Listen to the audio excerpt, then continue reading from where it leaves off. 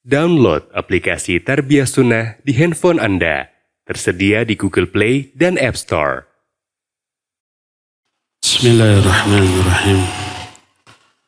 Assalamualaikum warahmatullahi wabarakatuh. Innal hamdalillah nahmaduhu wa nasta'inuhu wa nastaghfiruh wa na'udzu billahi min shururi anfusina was sayyiati a'malina. Man yahdihillahu fala mudilla lahu wa man yudlil fala hadiya lahu. Wa asyhadu an la ilaha illallah wahdahu la syarika lah wa asyhadu anna Muhammadan abduhu wa rasuluh. Ya ayyuhalladzina amanu taqullaha haqqa tuqatih wa la tamutunna illa wa antum muslimun wa ba'd. Hadirin jamaah Masjid Agung Al-Ukhwah Bandung yang Allah muliakan, para pendengar radio Tarbiyah Sunnah Bandung di mana saja Anda berada, juga para pemirsa beberapa TV dan para netizen. Kembali kita berjumpa dalam format Tabligh Akbar mengangkat tema menuntun anak agar menjadi soleh. Pekan lalu kita juga membahas masalah parenting di sini dengan tema yang mirip sama atau hampir sama, yaitu pengaruh kesolehan orang tua terhadap anaknya. Dan tema yang sekarang kita usung ini adalah lanjutan dari tema kemarin yang belum selesai. Kita semua tahu bahwa anak ini menjadi salah satu penyebab bahagia atau menderitanya orang tua dunia ataupun akhirat. Betapa banyak orang tua yang kaya raya, berkuasa, tetapi jengkel dengan anaknya, menderita karena kebandelan anaknya, kenakalan anaknya, dan sikap-sikap lain yang mengecewakan dari anaknya. Itu baru di dunia, apalagi di akhirat nanti. Anak ini akan menjadi salah satu poin pertanyaan kepada orang tuanya. Sejauh mana orang tuanya ini menunaikan tanggung jawab ke anaknya ketika di dunia. Kullukum ra'in wa kullukum mas'ulun an ra'iyati. Setiap kalian pemimpin dan setiap kalian akan ditanya tentang kepemimpinannya. Nabi SAW pun menyatakan bahwa al-walid yus'alu an waladihi yaumal qiyamah qabla an yus'ala al-waladu an walidihi. Seorang orang tua akan lebih dahulu ditanya pada hari kiamat tentang anaknya sebelum anaknya yang ditanya tentang orang tuanya. Mananya tanggung jawab orang tua terhadap anak akan lebih dahulu dipertanyakan sebelum mempertanyakan kewajiban anak terhadap orang tuanya. Karena itulah maka kalau ada orang tua yang tidak menunaikan kewajibannya sebagai orang tua mendidik anak-anaknya, yang terjadi anak itu akan menjadi penyebab si orang tua terseret kepada murka dan azab Allah Azza wa Jalla karena tidak melaksanakan perintah Allah, qu anfusakum wa ahlikum nar, jaga diri kalian dan anak-anak kalian, keluarga kalian dari api neraka. Ini amanah dan ternyata tidak ditunaikan. Akibatnya anak tumbuh secara liar tanpa bisa dikendalikan sehingga menjadi sumber petaka bagi orang tuanya dunia sampai akhirat. Sebaliknya bila orang tua menunaikan amanah ini lalu dididik dan dibina sehingga menjadi anak yang soleh solihah, anak itu akan menjadi penyelamat orang tuanya dari api neraka. Anak itu akan menuntun orang tuanya ke dalam surga. Anak itu akan menjadi penyebab kebahagiaan orang tuanya dunia sampai akhirat. Oleh karena itu, ketika Imam Al-Qurtubi rahimahullah menafsirkan ayat tentang doa ibadur rahman, Rabbana hablana min azwajina wa dzurriyyatina qurrata a'yun.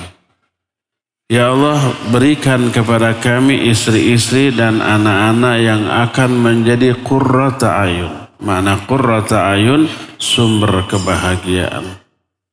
Berkata Imam Al-Qurtubi, ma aqarru ala ainil mu'min,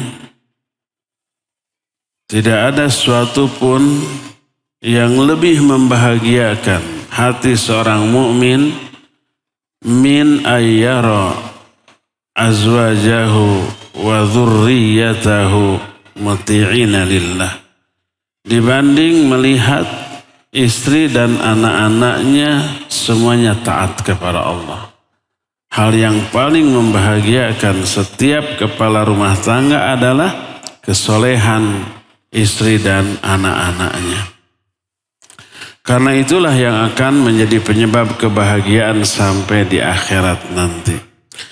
Dari sinilah maka lahir kewajiban yang harus diperhatikan dengan sesungguh-sungguhnya untuk mendidik istri dan anak-anak kita agar menjadi soleh dan solihah.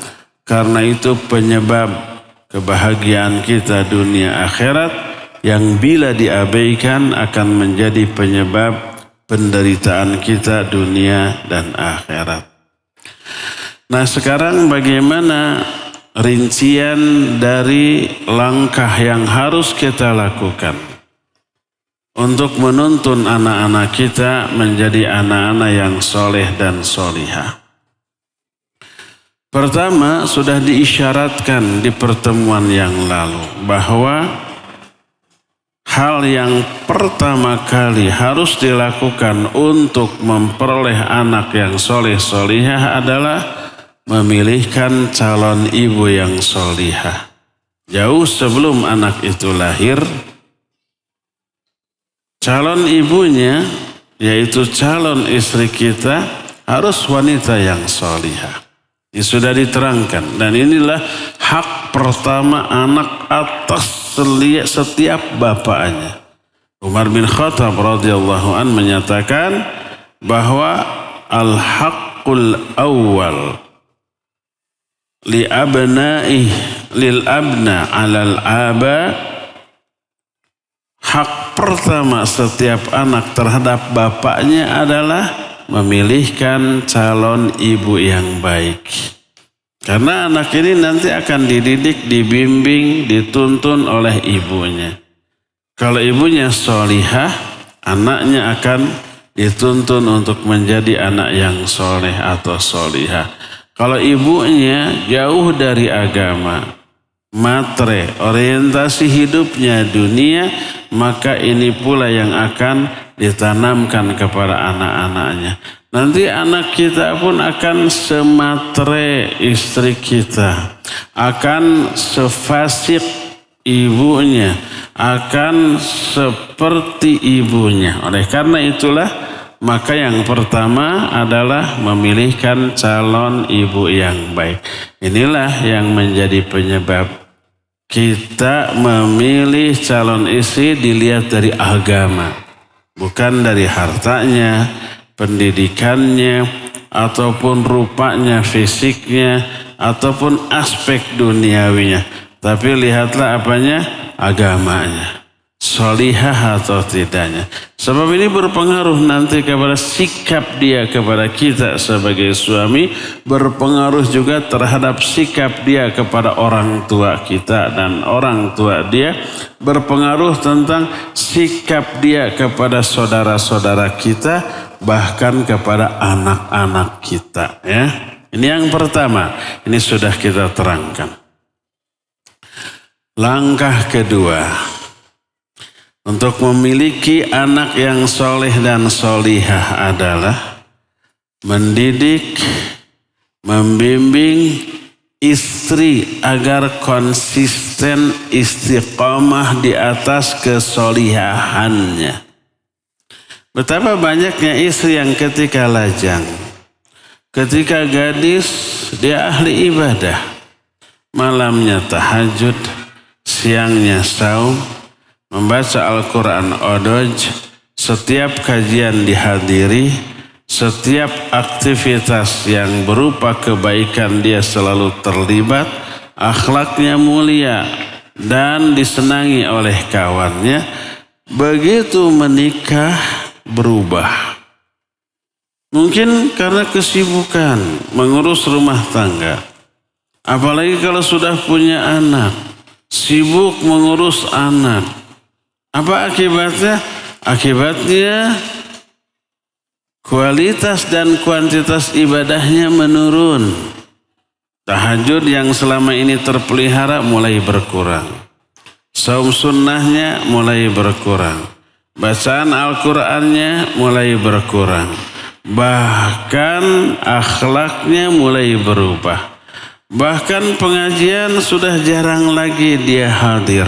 Apa akibatnya? Mempengaruhi perilaku. Imannya turun. Kalau iman turun, ibadahnya juga turun, akhlaknya semuanya turun. Maka yang terjadi banyak sekali dampak buruknya.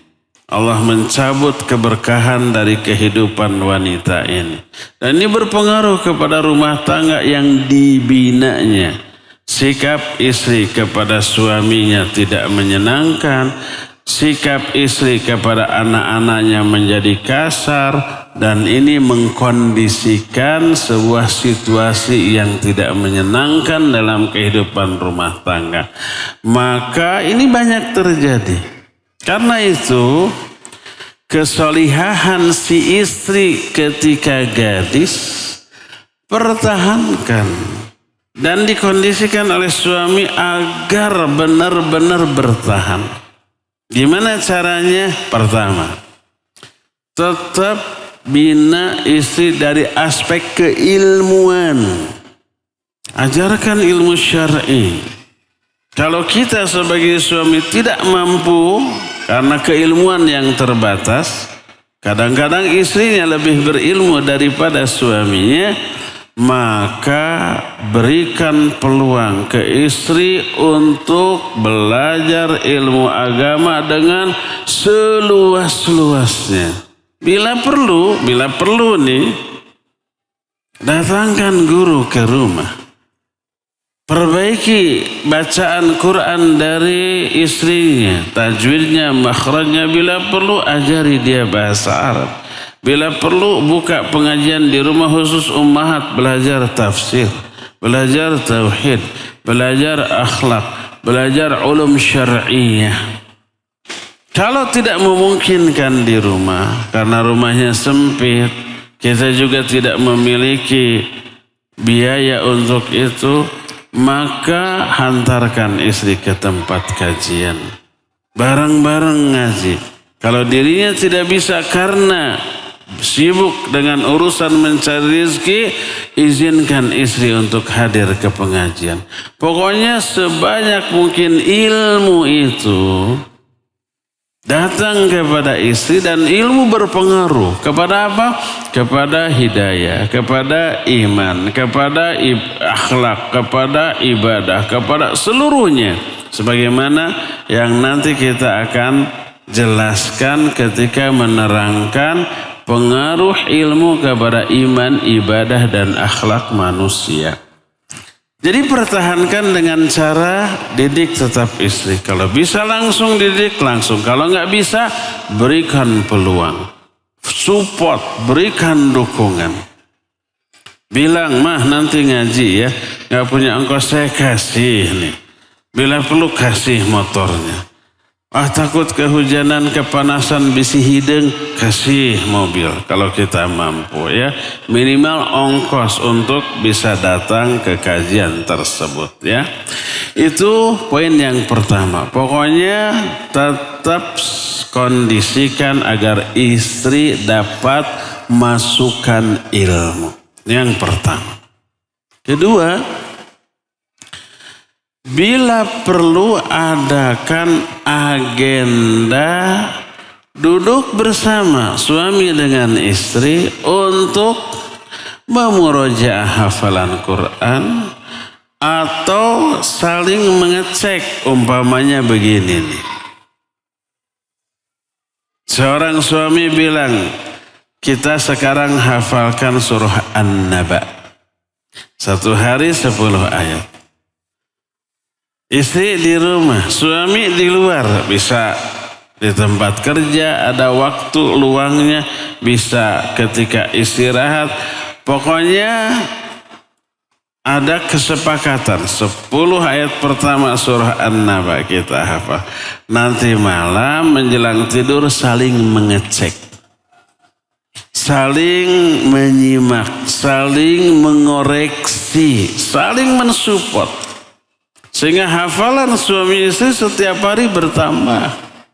Itu yang pertama. Kedua, memurojaah, menghafalkan ayat bersama-sama, memberi sensasi yang luar biasa. Lebih akrab, lebih mesra, lebih harmonis, lebih kompak dan lebih dekat antara suami istri.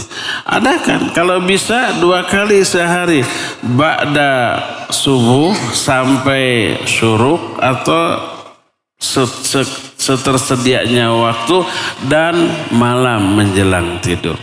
Sehari 2 kali saling mengecek hafalan, ini luar biasa. Allah akan turunkan rahmat. Allah akan turunkan barokah. Perhatikan sabda Rasul sallallahu alaihi wasallam, "Majtama'a qaumun fi baitin min buyutillah yatluna kitaballah wa yatadarasuna fima bainahum illa haffat suluhumul malaikah wa ghasyiyatuhumur rahmah wa unzilat alaihimus sakinah." Kalau suatu kaum berkumpul membaca kitab Allah, saling mempelajari isinya, maka para malaikat akan turun, Allah akan mencurahkan rahmatnya, Allah akan menurunkan sakinahnya, Allah akan memuji mereka di hadapan para malaikat yang ada di sekitarnya. Lihat, orang yang membaca Al-Quran, mempelajari isinya, baik sendirian atau berdua atau banyakan, ya, dalam sebuah halaqah, maka luar biasa keuntungan yang Allah berikan kepada mereka. Turun rahmat, turun sakinah, turun barokah. Dan kalau rahmat ini, sakinah ini sudah turun, imannya terkatrol. Allah yang mengatrol imannya, menaikkan imannya karena sakinah yang Allah turunkan. Dan sakinah ini turun karena membaca Al-Quran secara bersama-sama. Huwallazi anzala sakinata fi qulubil mu'minin liyazdadu imana ma'a imanihim. Dialah Allah yang telah menurunkan sakinah, ketentraman jiwa kepada hati orang-orang mukmin untuk menambah iman mereka dari iman yang sudah ada. Inilah poin kedua, langkah menjaga keimanan istri. Kenapa iman istri, kesolehan sang istri harus dijaga? Ini nanti pengaruhnya ke anaknya.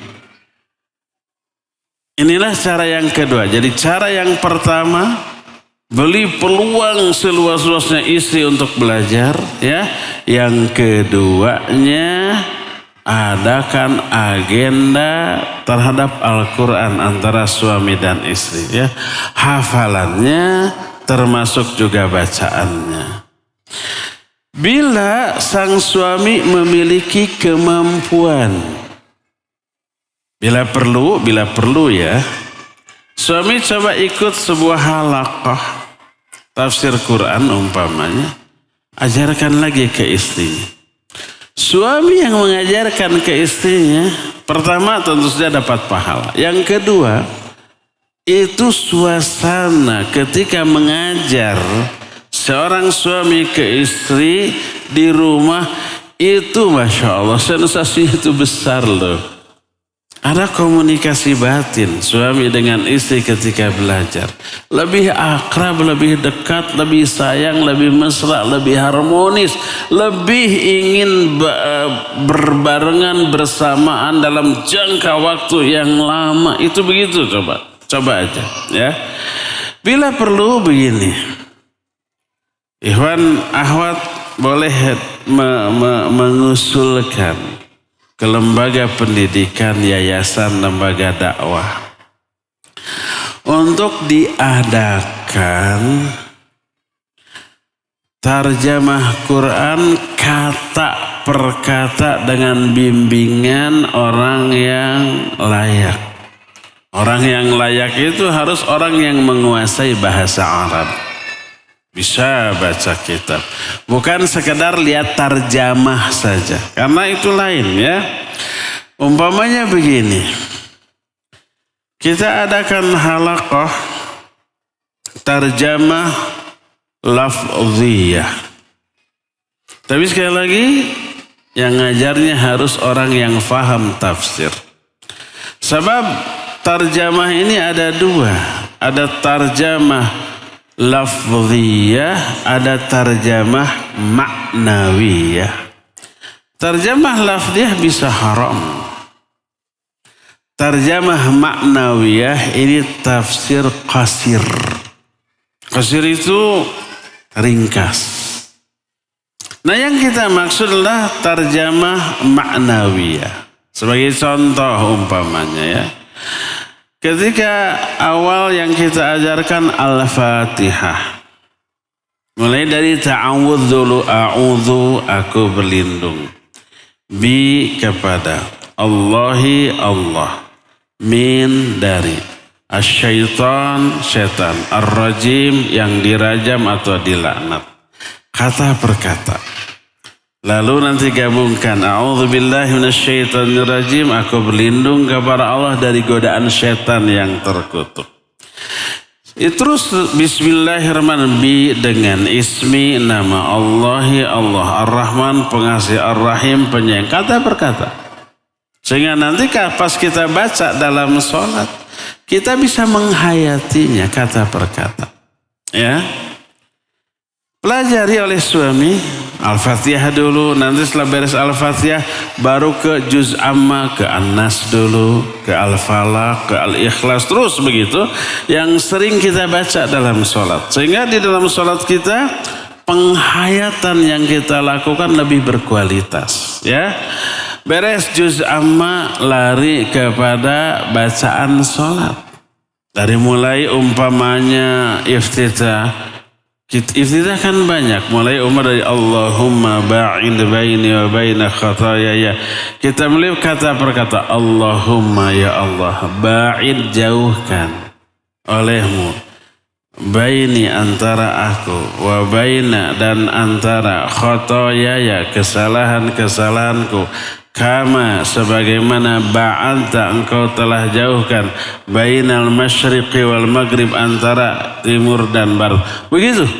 Sehingga ketika kita baca kita bisa menghayati karena tahu arti kata per kata. Setelah sang suami belajar walaupun satu surat dulu di rumah ajarkan ke istrinya. Di sini kita belajar kata per kata. Cek. Nah, bayangkan itu berkesinambungan terus. Kita dapat tambahan ilmu, kita dapat mampu transfer ilmu kita kepada istri, kita dapat suasana belajar antara suami dengan istri. Allah turunkan barokah, Allah turunkan rahmat, Allah turunkan hidayah, Allah turunkan malaikatnya. Ini ciptakan kondisi suasana rumah tangga yang luar biasa, ya. Jadi iman suami, iman istri terjaga. Ini yang keduanya. Jadi jaga agama istri pertama dengan membiarkan istri belajar sebanyak mungkin. Yang kedua, agendakan menambah hafalan Quran dan bacaan Al-Qurannya. Yang ketiganya, kalau bisa suami yang langsung mengajari istri. Berawal dari itu dulu, tarjamah lafziyah. Wah, saya nggak mungkin juga lihat tarjamahnya satu demi satu. Memang nggak boleh begitu. Kita nggak boleh belajar sendiri. Kita nggak boleh autodidak. Apalagi masalah agama berbahaya. Sampai para ulama menyatakan, man kana ustadhuhu kitabahu fa khata'uhu aktsar min shawabi. Siapa orang yang gurunya adalah bukunya, kitabnya, dia kesalahannya akan lebih banyak daripada benarnya. Nggak boleh autodidak. Walaupun untuk jangka waktu yang panjang mungkin benar ya, tapi dia akan terjerumus dulu dalam kesalahan yang parah, yang banyak, dan belum tentu waktu untuk memperbaikinya cukup untuk itu. Makanya hindarkan autodidak, belajarlah ke guru, ya. Nah, inilah cara yang kedua memelihara agama sang istri. Cara yang ketiga, dan ini bisa dilibatkan anak. Anak bisa ikut terlibat dalam dua aktivitas tadi. Aktivitas menghafalkan ilmu, belajar ilmu, dan seterusnya, ya. Yang berikutnya, untuk menjaga agama keluarga kita, istri kita, dan anak-anak, terapkan ta'awun 'alal birri wat taqwa di dalam aktivitas harian di dalam rumah. Apapun bentuknya, tanamkan ke anak-anak, antara adik dan kakak, antara orang tua dan anak, antara majikan dengan pembantu. Ta'awun 'alal birri wat taqwa, jangan saling mengandalkan, tapi saling bantu, saling menolong, saling memudahkan.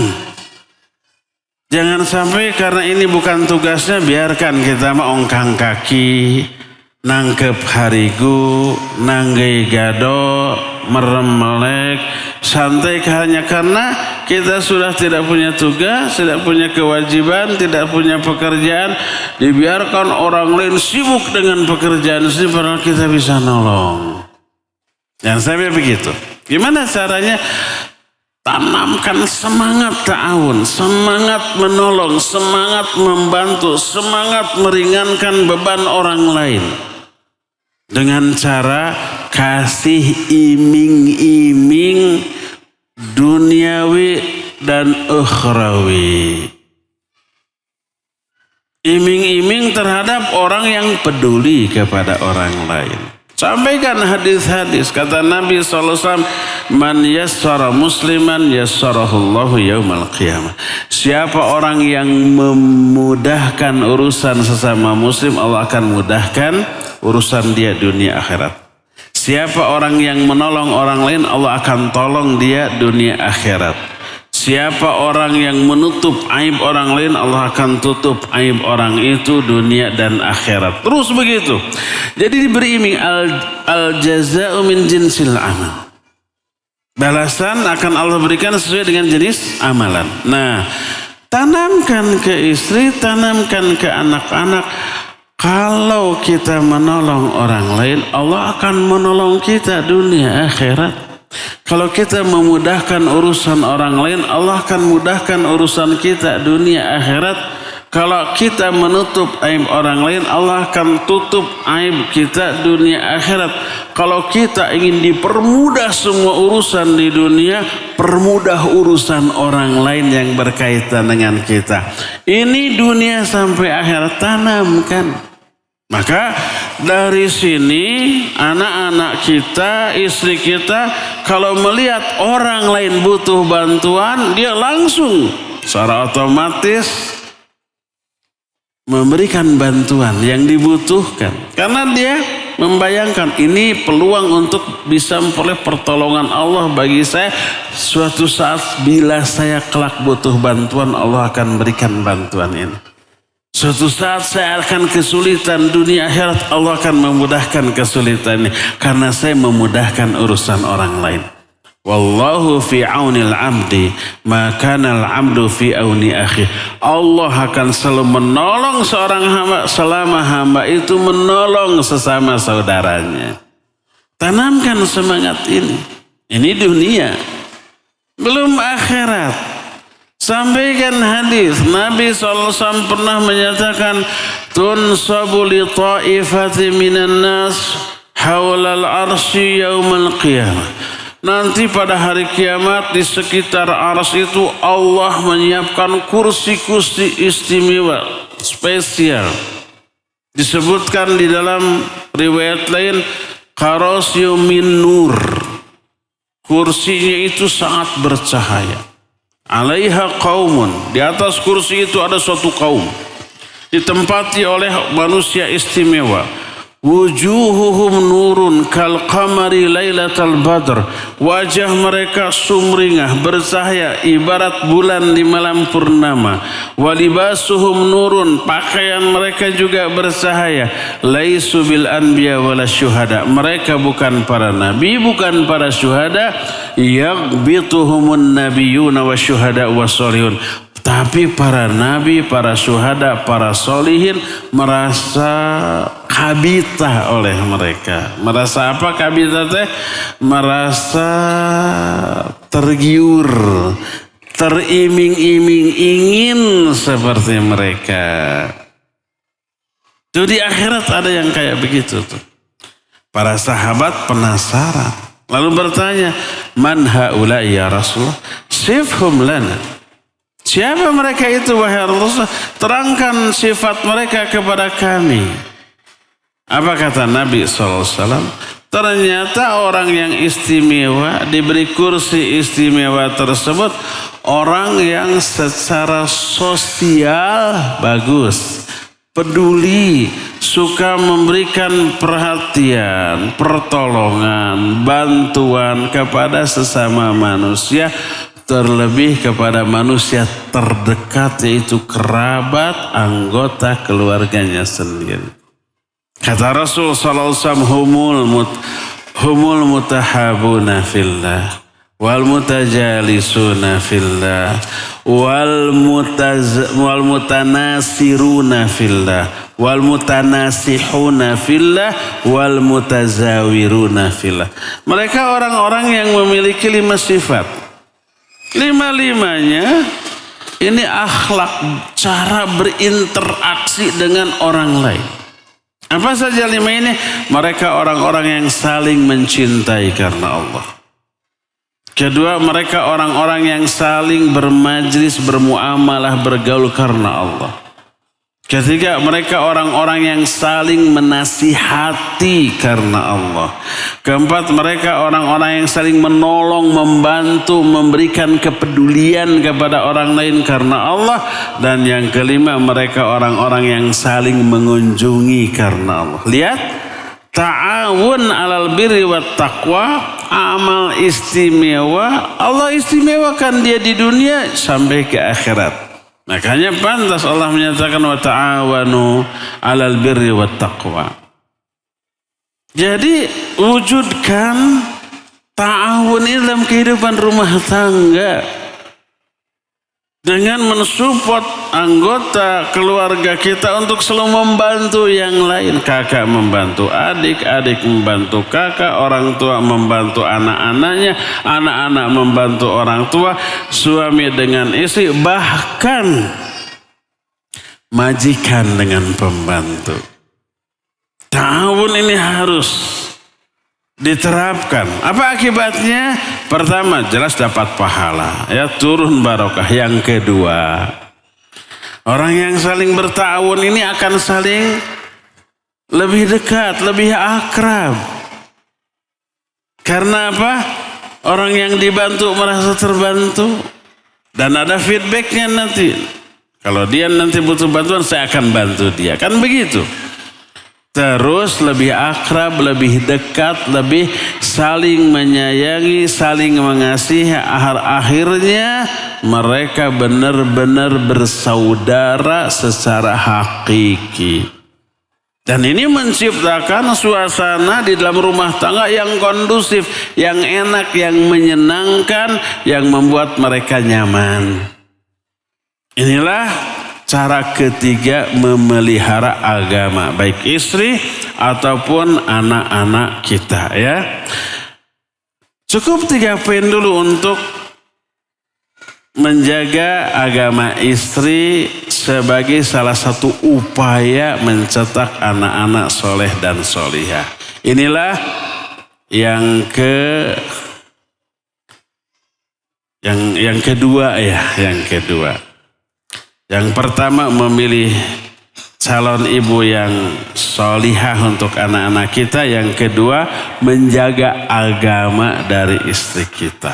Ketiga, baru kita ke anak. Cara ketiga untuk mencetak anak dan anak-anak kita menjadi solih dan solihah selain 2 poin yang kedua tadi, dilibatkan di dalam aktivitas ibadah dalam rumah tangga. Juga adalah memberikan ilmu kepada anak-anak kita yang bersumber dari Quran Sunnah. Ingat, ilmunya ini ilmu syar'i. Ilmu tentang Quran Sunnah. Bukan ilmu dunia. Semua orang tahu keutamaan menuntut ilmu. Dianggapnya juga sedang jihad di jalan Allah. Man kharaja min baiti yaltamisu fihi ilman fahuwa fi sabilillah. Siapa orang yang keluar dari rumah untuk mencari ilmu, dia sedang berjihad di jalan Allah hatta akhirnya sampai dia kembali. Mati ketika mencari ilmu atau menyebarkan ilmu itu syahid loh. Karena di jalan Allah. Oleh karena itulah maka mencari ilmu itu keutamaannya luar biasa. Cuma kesalahpahaman orang terlalu general, terlalu umum. Artinya mereka memahami asal lagi belajar. Ilmu apapun yang dipelajari dianggap fisabilillah. Ini kesalahan. Termasuk ilmu yang berbahaya seperti ilmu filsafat. Itu berbahaya. Para ulama ketika menjelaskan talabul ilmi fariidatun ala kulli muslim, mencari ilmu itu wajib atas semua muslim, maksudnya ilmu syar'i. Ilmu tentang kewajiban hamba kepada Allah sebagai khaliqnya. Ilmu tentang Quran dan Sunnah. Ajarkan anak-anak kita ilmu tentang Quran dan Sunnah. Kenapa harus diajarkan? Dan ini aplikasi dari qu anfusakum wa ahlikum nar. Jaga diri kalian dan keluarga kalian dari api neraka. Maknanya allimuhum wa addibuhum. Ajari mereka ilmu dan ajari adab kepada mereka. Bahkan inilah kata Rasul sallallahu alaihi wasallam, pemberian terbaik seorang ayah kepada anaknya. Berkata Rasul sallallahu alaihi wasallam dalam hadis yang diriwayatkan oleh Imam Al-Hakim dalam kitab Al-Mustadrak. Kata beliau, manahala walidun waladahu afdal min adabin hasanin. Tidak ada pemberian seorang ayah kepada anaknya yang lebih utama, lebih baik daripada mengajarkan adab yang baik, daripada mengajarkan ilmu. Sesuatu yang termahal, paling berharga yang diberikan oleh seorang ayah kepada anaknya adalah ilmu. Bukan uang, bukan kendaraan, bukan kekayaan, bukan makanan. Yang terbaik adalah ilmu. Makanya ketika para ulama ahli tafsir menafsirkan qu anfusakum wa ahlikum nara, maknanya allimuhum wa addibuhum, ajarkan kepada mereka ilmu dan adab. Ini pemberian terbaik dan ini cara menyelamatkan anak-anak kita dari api neraka. Apa korelasinya antara mengajarkan ilmu dengan keselamatan dari api neraka? Pertama, ilmu itu penyebab utama lahirnya iman. Ilmu itu penyebab utama bertambahnya iman. Ilmu itu penyebab utama menguatnya iman. Tanpa ilmu, kalau orang dibiarkan bodoh, kebodohannya akan menyebabkan orang itu menjadi sesat jauh dari agama ini. Dan yang paling konyol, merasa benar di atas kesesatannya. Tidak hanya sesat, tapi juga merasa benar di atas kesesatan. Lihat, saya sering ungkapin. Ketika Umar bin Khattab radhiyallahu an menafsirkan surah Al-Fatihah ayat yang terakhir, Siratal ladzina an'amta 'alaihim ghairil maghdubi 'alaihim waladdallin. Allah dalam ayat ini menerangkan 3 golongan manusia. Pertama, ini golongan yang benar. Itu orang-orang yang sudah memperoleh nikmat dari Allah. Kedua, kelompok yang dibenci, al-maghdubi alaihim. Yang ketiga, kelompok yang sesat, ad-dallin. 3 kelompok dan tidak ada yang keempat. Yang diberi nikmat, yang dibenci dan yang sesat. Siapa mereka? Ternyata 3-tiganya berkaitan dengan ilmu dan amal. Kata Umar, fa'ammal ladzina an'ama Allahu 'alaihim faulaika alladzina ya'lamuna al-haqqa wa ya'maluna bih. Adapun orang yang telah diberi nikmat oleh Allah adalah mereka yang berilmu dan menerapkan ilmunya dalam kesehariannya, mengamalkan ilmu dan amal. Ini yang berada di atas kenikmatan. Dan itulah yang berada di atas siratal mustaqim. Ihdinas siratal mustaqim, siratal ladzina an'amta 'alaihim. Tunjukkan kami ke dalam siratal mustaqim, yaitu jalan hidup orang-orang yang telah Engkau beri nikmat. Siapa? Mereka lah yang berilmu dan beramal. Siratal mustaqim itu Quran sunnah dan pengamalan tentang Quran sunnah. Memahami isi Quran sunnah lalu diamalkan, itulah siratal mustaqim. Dan mereka akan peroleh nikmat dari Allah Azza wa Jalla. Apa nikmatnya? Ini pembicaraan lain yang cukup panjang, perlu pembahasan. Apa yang dimaksud nikmat yang Allah berikan kepada orang berilmu dan beramal di sini? Panjang itu, nggak akan kita bahas sekarang. Adapun al-maghdubi alaihim, kata Umar, wa ammal ladzina ghadiballahu alaihim faulaika alladzina ya'lamuna al-haqqa wa lam ya'malu bih. Adapun orang yang dimurkai, dibenci oleh Allah, mereka yang berilmu tapi tidak mengamalkan ilmunya. Ya'lamuna al-haqqa, mengenal kebenaran, berilmu tentang Quran sunnah tapi tidak diamalkan, dibenci, dimurkai. Dan yang ketiga, wa ammal ladzina adallahumullah faulaika alladzina la ya'lamuna al-haqqa wa ya'maluna bijahalatihim. Orang yang sesat, orang yang tidak tahu kebenaran, tidak faham Quran sunnah dan mereka beramal dengan kebodohannya. Semangat beramal ada, ilmu tidak ada, beramal dengan kebodohannya salah, sesat mereka. Lihat bahwa kebodohan mengakibatkan kesesatan.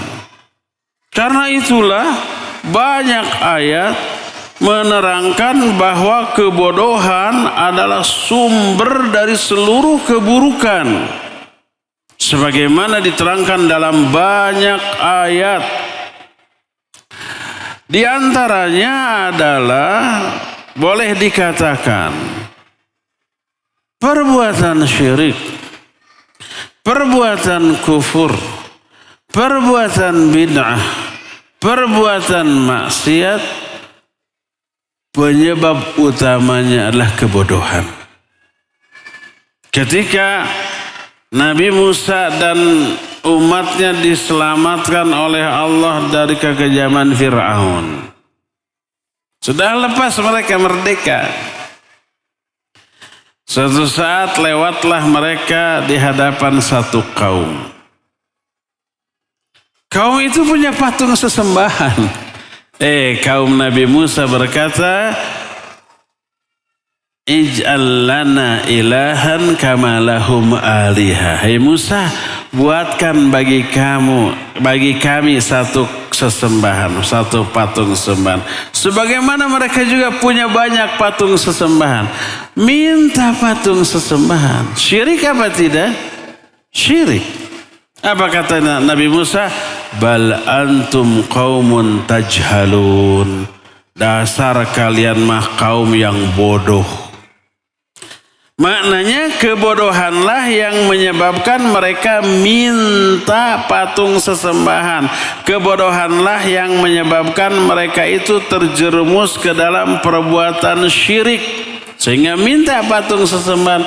Kurang gimana? Bodoh. Orang yang menyembah patung.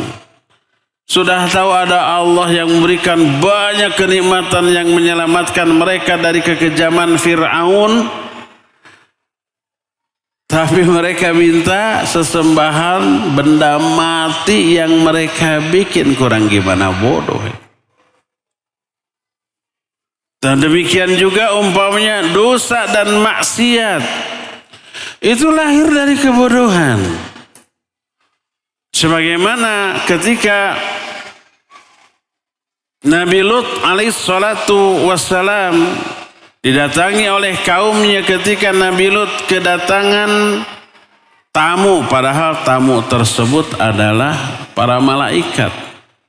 Malaikat datang dalam bentuk pemuda yang ganteng. Kaum Nabi Lut itu kan homo, LGBT gitu. Terus mereka melihat pemuda ganteng yang lucu. Datang. Mereka ingin melampiaskan nafsunya kepada tamu Nabi Lut. Padahal itu malaikat. Nabi Lut saat itu belum tahu. Apa kata Nabi Lut alaihissalatu wassalam? Beliau menyatakan, Bal antum qaumun tajhalun. Kalian mah dasar kaum yang bodoh. Kebodohan yang menyebabkan mereka terjerumus ke dalam liwat. Para wanita yang bertabarruj, yang memperlihatkan aurat. Apa kata Allah Azza wa Jalla? Penyebabnya kebodohan. Allah berfirman dalam Al-Quran dalam surah Al-Ahzab, kata Allah, wala tabarrujna tabarrujal jahiliyatil ula. Janganlah kalian bertabarruj seperti tabarrujnya orang-orang jahiliyah dulu. Ini menunjukkan tabarruj ini perilaku jahiliyah yang lahir karena kebodohan. Banyak orang yang mengukur sikap modern atau tidaknya seorang wanita dari pakaian. Makin terbuka, makin modern, makin maju peradabannya.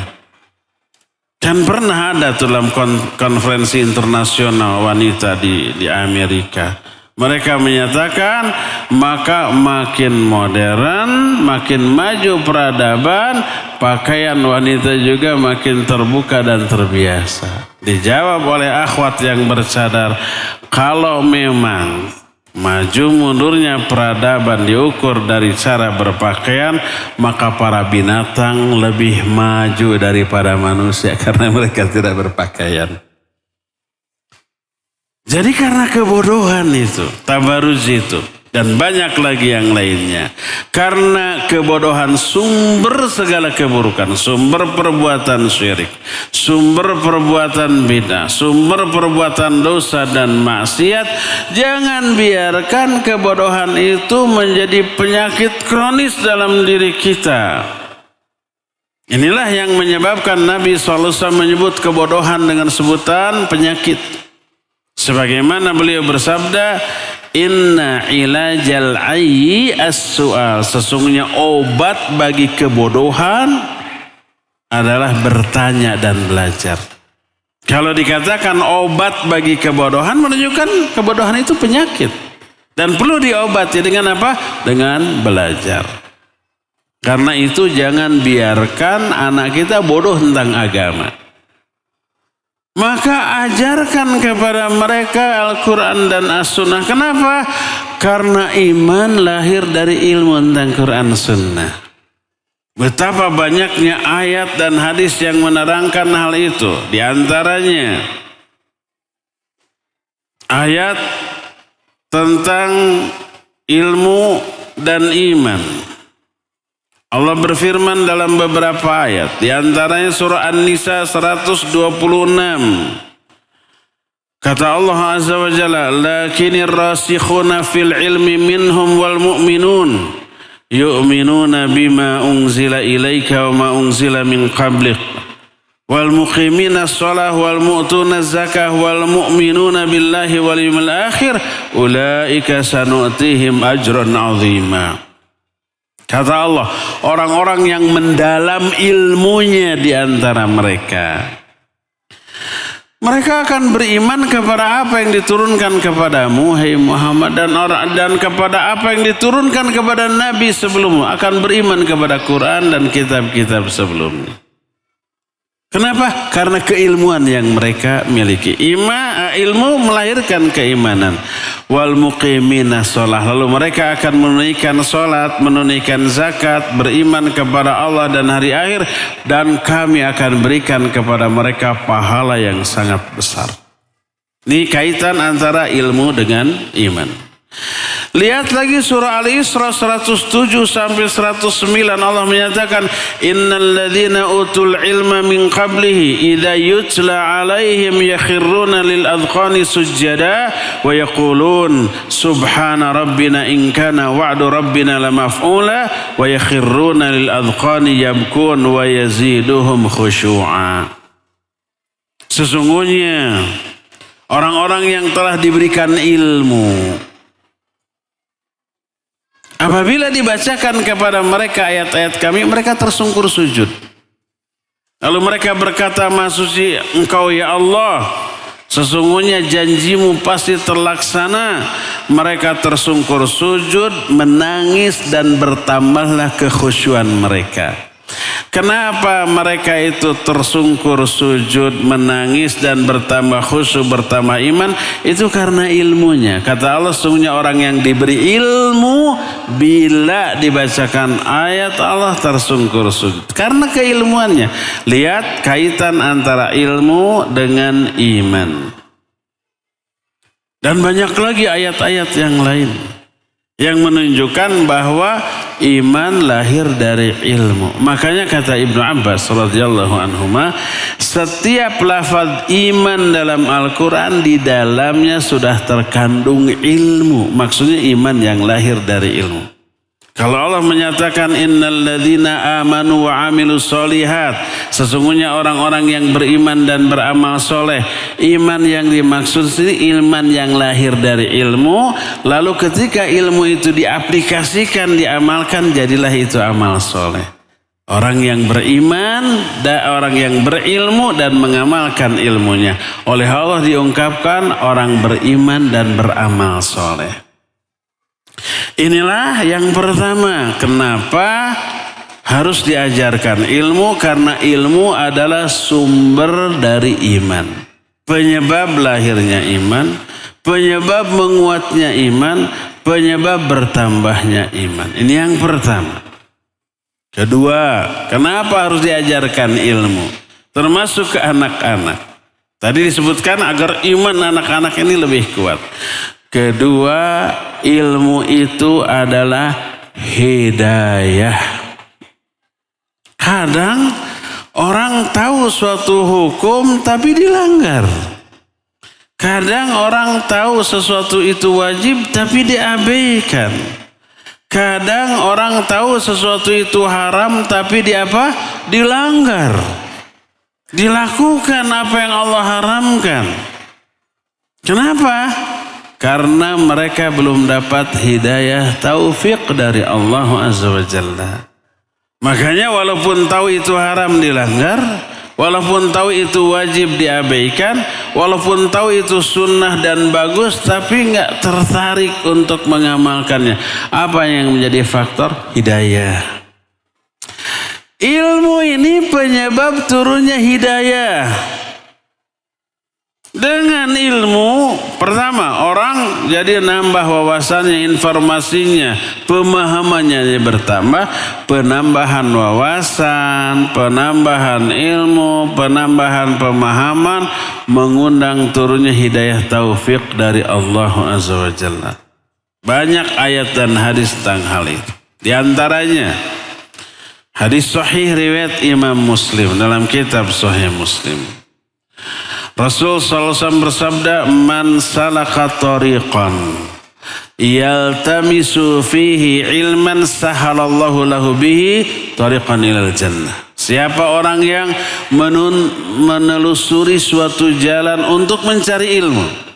Dia berangkat dari rumahnya dalam rangka apa? Menuntut ilmu. Maksudnya ilmu syar'i, Quran, Sunnah. Baik akidah maupun tauhid maupun ibadah maupun tafsir maupun hadis maupun fikih, pokoknya ulum syariah tentang agama ini. Dia keluar rumah untuk mencari ilmu, Allah akan mudahkan bagi dia jalan menuju surga. Apa maknanya? Maknanya Allah akan berikan dia taufik, hidayah. Kenapa?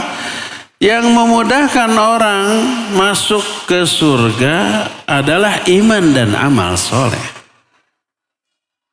Orang yang keluar rumah mencari ilmu, Allah akan kasih hidayah untuk beriman dan beramal soleh. Tiba-tiba setelah mengaji, terdorong hatinya untuk infak, untuk sedekah, untuk baca Quran, untuk berbuat kebaikan, dan seterusnya tuh. Itu hidayah dari Allah. Maka begitu orang keluar rumah mencari ilmu, Allah kasih hidayah. Dengan hidayah itu dia melakukan ibadah, melakukan amal soleh, melakukan kebaikan, menjauhi dosa dan maksiat. Itu mengundang banyak pahala, mengundang banyak ampunan. Pahala dan ampunan ini yang menyebabkan dia selamat dari api neraka dan dimasukkan oleh Allah ke dalam surga. Itu makna Allah akan mudahkan orang itu jalan menuju surga. Karena ilmu ini menunjukkan ilmu ini adalah penyebab turunnya hidayah. Bagaimana tidak? Kenapa ilmu itu menjadi penyebab turunnya hidayah? Orang yang mencari ilmu memiliki banyak sekali keutamaan. Pertama tadi dijelaskan. Ketika mencari ilmu turun rahmat dari Allah. Turun sakinah dari Allah. Turun para malaikat. Sakinah tadi menambah iman. Huwallazi anzala sakinata fi qulubil mu'min liyazdadu imanan ma imanihim. Allah yang menurunkan sakinah untuk menambah iman mereka dari iman yang sudah ada. Sakinah turun, iman nambah. Itu otomatis itu. Rahmat turun. Dan ketika kita duduk mengaji seperti membahas Quran Sunnah, dosa-dosa kita berguguran. Dosa-dosa kita dihapus. Dosa-dosa kita diampuni oleh Allah. Andai dosa itu berwujud, niscaya di setiap setelah pengajian masjid teh bakal barala ku dosa-dosa kita. Barala itu apanya? Bala. Bukan bala-bala, beda. Disebut sekali jelek, disebut dua kali enak. Bala-bala. Kalau dosa berwujud ini kita sudah berjatuhan nih.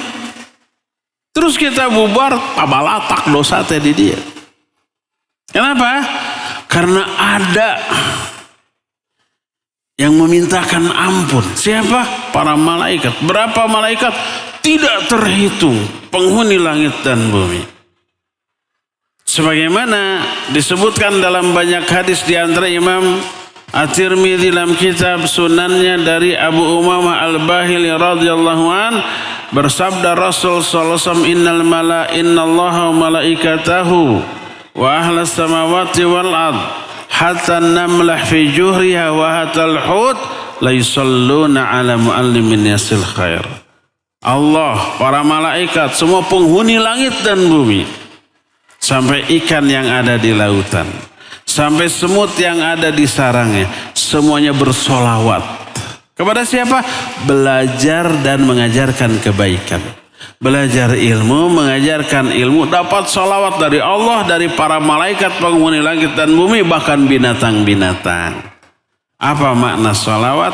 Solawat Allah adalah pujian Allah kepada mereka di hadapan para malaikat. Solawat para malaikat istighfar dan tarahum mereka. Selama kita ngaji, para malaikat berdoa, Allahumma gfir lahum, Allahumma arhamhum, ya Allah ampuni mereka, ya Allah rahmati mereka. Dan malaikat yang berdoa begini tidak terhitung jumlahnya, seluruh makhluk penghuni langit dan bumi. Dikabul doa mereka. Maknanya selama kita ngaji, dosa kita berguguran, dihapus, diampuni oleh Allah Azza wa Jalla. Coba kalau orang dosanya diampuni, ada efek nggak kepada imannya? Ada efek kepada imannya. Dosa terhapus, pahala diberikan, pahala nambah, dosa hilang atau dosa berkurang, imannya otomatis nambah itu. Karena itulah maka ngaji itu yang lama. Tisuk jedur napikan ke sore jeder biar bersih. Itu pertama, kenapa orang yang ngaji seperti ini diampuni dosa. Kedua, di dalam ngaji ada masyaqqah, penderitaan. Sekarang antum menderita enggak? Saya yakin menderita ada. Cangkel, cangkeng, panas bujur, sing siremen, ngantuk. Betul apa benar? Ya, semua penderitaan itu menggugurkan dosa. Makin menderita, makin banyak dosa. Makanya tadi saya bilang yang lama, biar tambah cangkir, biar tambah menderita. Ya. Dan ini iming-iming yang menggiurkan kita untuk tetap sabar, bertahan di atas penderitaan. Nah, ini menunjukkan bahwa nambah ilmu, nambah hidayah. Nambah ilmu, nambah iman. Kalau iman nambah, hidayah nambah, pasti berpengaruh kepada dua hal. Hidayah atau semangat untuk mengamalkan perintah, dan semangat untuk menjauhi semua yang Allah haramkan, yang Allah larang. Jadilah orang itu orang yang taat dan menjauhi maksiat. Ini salah satu kriteria kesolehan. Inilah tujuan kita mengajari anak ilmu Quran Sunnah agar begitu, agar imannya menguat, agar semangat ibadahnya bertambah, agar daya tahannya terhadap hal-hal yang haram, hal-hal yang syubhat atau syahwat itu bisa lebih kuat, mengusir semua godaan yang akan menggerogoti imannya. Makanya untuk menyelamatkan anak dari api neraka, ajarkan ilmu kepada mereka. Memberi ilmu kepada mereka itu hadiah terbaik seorang orang tua kepada anaknya. Sebagaimana Nabi SAW menyatakan, manahala walidun waladahu afdala min adabin hasanan. Min adabin hasanin. Tidak ada pemberian anugerah dari seorang ayah kepada anaknya yang lebih afdol dibanding mengajarkan adab yang baik kepada anak, dibanding mengajarkan ilmu. Ilmu itu hadiah terbaik dari seorang ayah kepada anaknya. Karena itulah maka untuk menuntun anak kita menjadi anak yang soleh, pertama ajarkan ilmu kepada mereka. Ini yang pertama, ya. Kedua,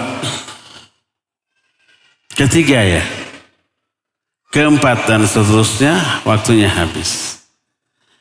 Mungkin kita perlu sekali lagi untuk entah sekali entah dua kali ketang untuk menyelesaikan materi ini. Yang jelas ini belum tuntas, tapi bisi penasaran, bisi kita keburu mautnya. Mungkin saya, mungkin antum duluan, tapi antum nggak apa-apa lebih dulu. Saya sebutkan dulu rinciannya selain mengajarkan ilmu ya, juga poin-poinnya aja dulu. Pilihkan lingkungan pergaulan yang baik, yang bagus.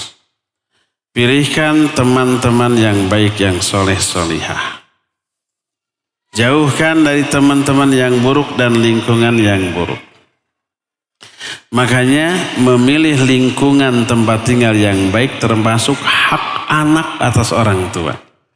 Kewajiban orang tua terhadap anak-anak. Jadi kalau mau membeli rumah atau ngontrak rumah, lihat lingkungannya, tetangganya.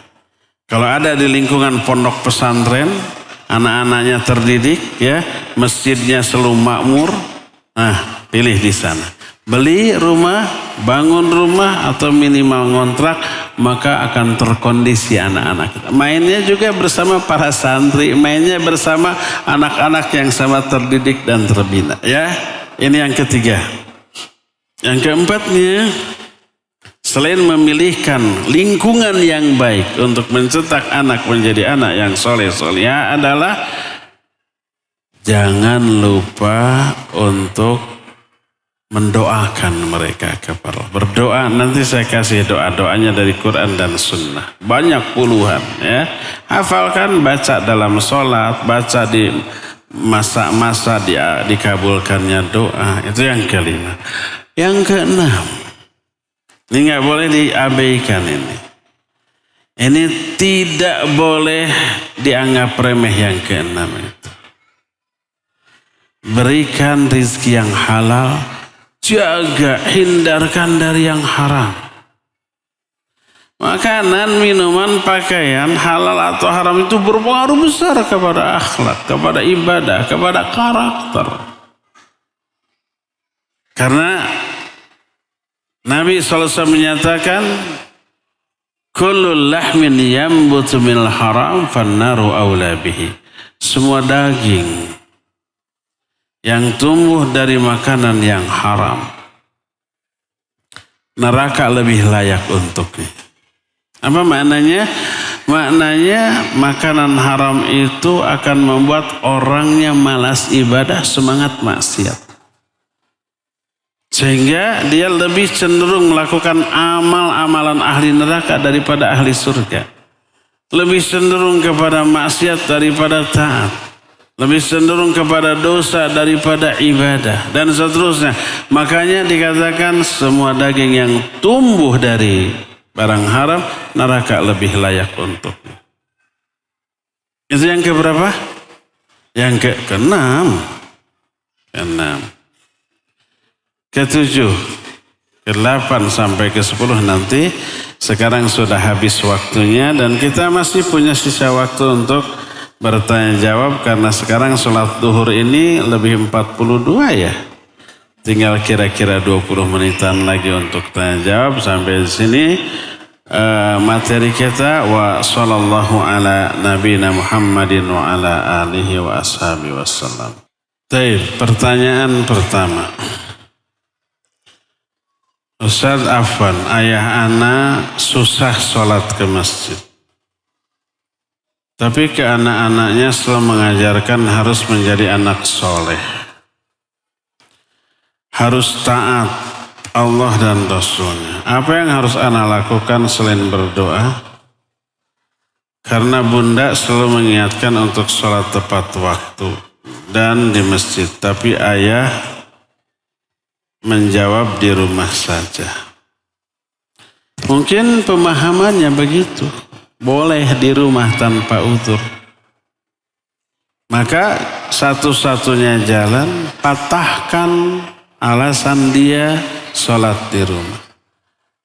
Kasih penjelasan ayat, hadis, penjelasan para sahabat, para ulama yang menyatakan laki-laki itu wajib di masjid, nggak boleh di rumah tanpa uzur. Kalau dia sholat di rumah sendirian, sholatnya sah apa tidak? Sah. Dapat pahala? Dapat. Terus apa masalahnya? Dia dosa. Kenapa? Karena meninggalkan salah satu kewajiban sholat. Kok bisa sholatnya sah, berpahala, tapi sekaligus berdosa? Iya, dia dapat pahala dari sholatnya, ya. Sholatnya sah karena memenuhi syarat dan rukunnya, tapi ada satu kewajiban dalam sholat yang tidak ditunaikan, yaitu berjamaah di masjid. Jadi di dalam sholat ada berapa kewajiban yang harus ditunaikan selain rukun dan syarat. Seperti khusyuk, wajib. Orang yang tidak khusyuk, sholatnya sah. Dapat pahala dari sholatnya? Dapat, tapi sesuai dengan kadar kekhusyuannya. Tapi karena ketidakkhusyuannya dia berdosa. Dari mana tahu bahwa tidak khusyuk berdosa? Dari ayat fawailul lil musallin alladzina hum an salatihim.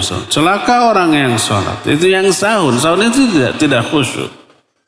Kalau yang sahun diazab menunjukkan tidak khusyuk itu dosa.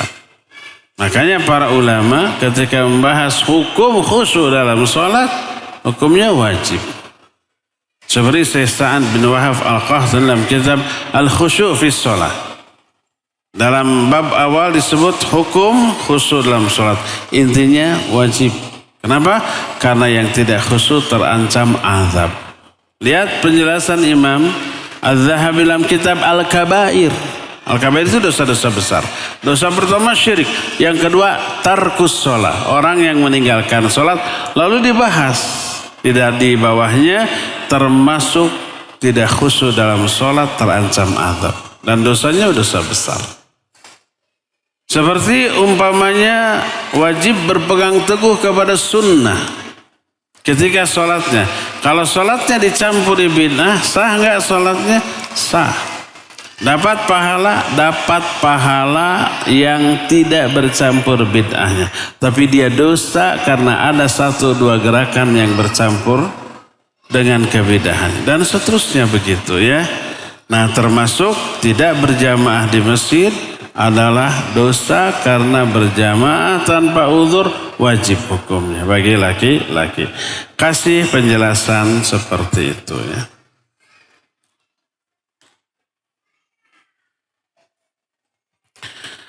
Bolehkah kita sebagai orang tua memiliki perasaan gagal menjadi orang tua dan menganggap anak kita masih menjengkelkan? Dan ini dianggap produk gagal, usia sudah 20 tahun. Kalau sekedar perasaan wah gagal nih saya sebagai ayah nggak masalah, tapi yang penting tuh tindak lanjut dari perasaan gagal itu. Kalau sudah gagal menyerahlah saya mah rek jadi penjahat, rek jadi kiai terserah. Tapi dibiarkan itu yang salah. Kalau merasa gagal perbaiki. Mumpung ada waktu walaupun sudah 20 tahun minimal ikhtiar usaha ya. Nasihati terus, suruh ngaji, bawa ke pengajian dan seterusnya untuk menuntun anak kita agar berubah dari buruk menjadi baik. Bagaimana mengajak suami yang gengsi untuk belajar bersama istri?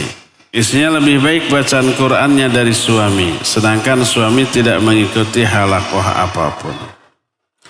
Memang salah satu yang susah untuk belajar adalah 2 tuh. La yata'allamul ilma mustahyin wa mustakbirun. Tidak akan belajar ilmu 2 orang. Orang yang pemalu dan orang yang takabur, yang gengsian. Gengsi itu termasuk salah satu di antara bentuk takabur. Gengsi dong belajar ke orang yang lebih rendah. Itu takabur, itu arogan. Memang gak akan bisa belajar dia. Karena ketakaburannya. Makanya hal pertama yang harus kita lakukan, runtuhkan dulu tuh arogansinya, sikap gengsinya itu, takaburnya, runtuhkan, hilangkan. Setelah itu hilang, jadikan dia orang yang tawadhu, maka baru insya Allah dia akan belajar ya. Tadi ada apa pertanyaan dari? Ada yang langsung cung. Ada mic.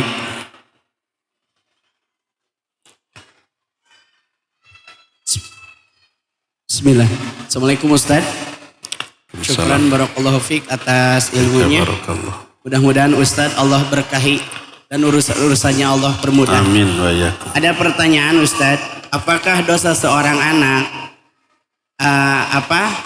akan Allah limpahkan kepada kedua orang tua?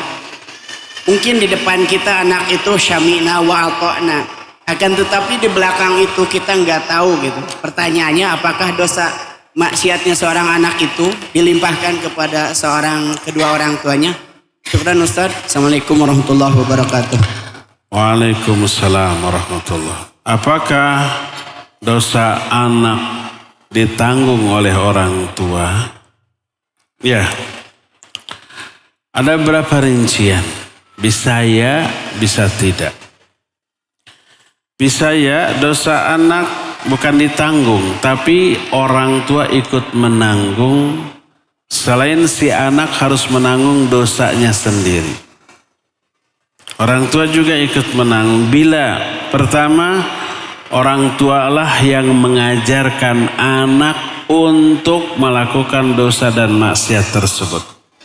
Jangankan orang tua, orang lain mengajarkan keburukan kepada orang yang tidak dikenal, maka dia ikut menanggung dosanya. Rasul SAW menyatakan, man sanna fil Islam sunnatan sayyi'atan fa'alaihi wizruha wa wizru man amila biha. Siapa orang yang mengajarkan satu kesalahan, satu dosa dalam Islam, maka dia menanggung dosanya, ditambah dosa orang-orang yang mengikuti kesalahan itu. Umpama seseorang mengajarkan cara nyopet, cara menipu, cara memperoleh untung dari enteng gitu ya. Itu mengajarkan keburukan. Setiap kali muridnya ada 10. Setiap kali muridnya menipu, muridnya menanggung dosa untuk mereka sendiri. Sang guru juga ikut kebagian dosa dari 10 muridnya tanpa mengurangi dosa murid-muridnya sedikit pun.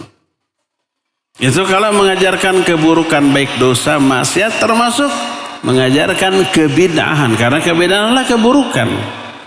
Nih, diajarkan tata cara salat subuh 4 rakaat. Dosa apa tidak? Dosa. Setiap kali muridnya subuh 4 rakaat, mereka berdosa, gurunya ikut menanggung dosanya tanpa mengurangi dosa si anak. Begitulah seterusnya. Ini yang pertama.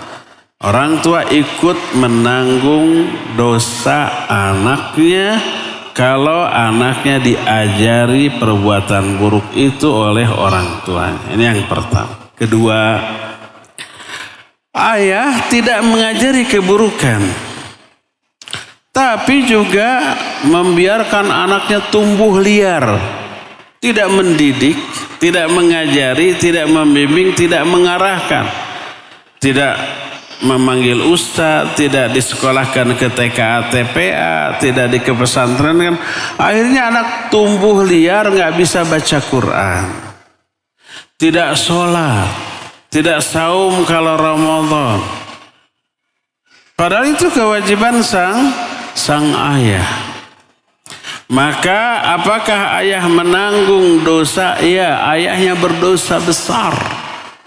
Kenapa? Karena dia lalai dari perintah Allah, qu anfusakum wa ahlikum nar. Jaga diri kalian dan keluarga kalian dari api neraka. Maknanya ajari agama. Ini tidak dilaksanakan, dosa ayahnya. Dan kelak ini akan ditanya, kullukum ra'in wa kullukum mas'ulun an ra'iyatih. War rajulu ya ra'in wa mas'ulun an ra'in fi baiti wa mas'ulun an ra'iyatihi. Seorang suami pemimpin di rumah tangganya dan dia akan ditanya tentang kepemimpinannya. Hak istri, hak anak diajari. Kewajiban suami, kewajiban ayah. ketika ini diabaikan dosa besar dia. Kafa bil mari itsman idza dhayya amyaul. Cukuplah orang itu dianggap berdosa besar kalau dia menyia-nyiakan hak orang yang ada di bawah tanggung jawabnya. Termasuk tidak mengajari, tidak mendidik, dia berdosa, ya, menanggung dosa karena tidak menunaikan kewajiban mendidik. Ini yang kedua. Ketiga, kalau orang tua sudah mendidik, membina, sejak TK dimasukkan TK TPA, nah masuk SD dimasukkan pondok, tahfidzul Quran dia hafid. Kemudian setiap libur di rumah dipantau sholat berjamaahnya, bacaan Qur'annya, kadang-kadang saum sunnahnya dan tahajudnya terpantau, ya. Pokoknya sudah diarahkan semaksimal yang dia bisa. Di luar dugaan dia gaul tanpa sepengetahuan orang tuanya dengan pergaulan yang buruk. Dia sudah memantau, tapi sebatas pemantauan dia baik-baik saja. Di luar kekuasaan dia ternyata ada yang tidak terpantau, bergaul atau bahkan bukan hanya bergaul tapi bacaan. Di Saudi itu ada orang membuka internet, membaca tulisan orang ateis. Membuka YouTube dialog tentang ateis, monoteisme, dan politeisme. Akhirnya tertarik, akhirnya dia murtad dari Islam dan menjadi ateis. Tidak gaul, tapi bacaannya di internet. Dan itu di luar kontrol orang tuanya. Sampai akhirnya dia murtad, orang tuanya shock. Maka para orang tua pantau anak-anak. Laptopnya buka, HP-nya buka, apa yang dia baca, apa yang dia buka, pantau, itu tanggung jawab loh. Jangan sampai dibiarkan anak-anak liar walaupun ada di kamarnya. Masuk kamar, cetrek, kunci diri. Gedor oleh kita, buka-buka, ngapain gitu. Jangan ngokok terus di kamar, ngapain sih? Ini, coba lihat laptopnya, coba lihat HP-nya, pantau, itu tanggung jawab kita. Khawatir di luar pengawasan kita anak kita liar, akhirnya terpengaruh, ya. Nah kalau orang tua sudah maksimal di luar pengetahuannya, ternyata anaknya terpengaruh oleh bacaan, oleh pergaulan, padahal sudah dipantau ketat, lalu terjerumuslah anak itu ke dalam dosa dan maksiat. Ayahnya, ibunya tidak ikut menanggung dosanya. Karena itu di luar kekuasaan dia. La yukallifullahu nafsan illa wus'aha. Wallahu a'lam. Ada akhwat? Oh. Ini terakhir ya. Sebentar lagi sholat subuh. Sholat zuhur. Sampai sejauh mana orang tua bertanggung jawab atas dosa anak dan apa yang harus dilakukan? Sama tadi pertanyaannya, sehati itu. Jangan-jangan istrinya. Oh masih bujang, jangan-jangan calonnya. Bukan. Memang ada kesalahan orang tua dulu sebelumnya, yaitu kurang membekali anak dengan agama. Sekarang di saat anak sudah dewasa, orang tua ingin mengembalikan anak ke jalan yang benar, tapi anak sudah di luar jangkauan orang tua. Anak perempuan 31 tahun belum menikah dan bekerja di luar pulau. Ya, lebih baik terlambat daripada tidak sama sekali. Kalau dahulu lalai karena ketidaktahuan. Anak tumbuh liar dengan sendiri tanpa pantauan. Nah sekarang sudah sadar tapi anak sudah dewasa. Apa yang harus dilakukan? Mulailah mendakwahi, menasihati. Sekarang mudah, ada HP, ada bisa video call ya. Tanya terus, pantau terus, nasihati terus, suruh dia menutup aurat, berjilbab. Sudah 31 tahun perempuan ya. Terus suruh ngaji di tempat dia tinggal di pulau lain. Cari pengajian, carikan informasi, nih hadiri di masjid ini bersama ustadz ini. Atau kirim link-link yang isinya ceramah atau tulisan artikel yang bagus, yang benar, yang baik. Suruh dia baca ya. Suruh cari suami yang ngerti agama. Agar nanti dia terbimbing. Bila perlu carikan jodohnya, mau nggak ke anak saya. Tapi anak saya begini tolong dibimbing ya. Dan jangan lupa doakan agar Allah membukakan hati dia sehingga dia memperoleh hidayah kembali ke jalan yang benar ya. Cukup ya, sampai di sini saja. Sekitar 5 atau 4 menit lagi kita masuki sholat duhur, persiapan untuk wudhu dan seterusnya. Subhanakallahum bihamdik, asyhadu an la ilaha illa anta, astaghfiruka wa atubu ilaik, walhamdulillahi rabbil alamin. Wassalamualaikum warahmatullahi wabarakatuh.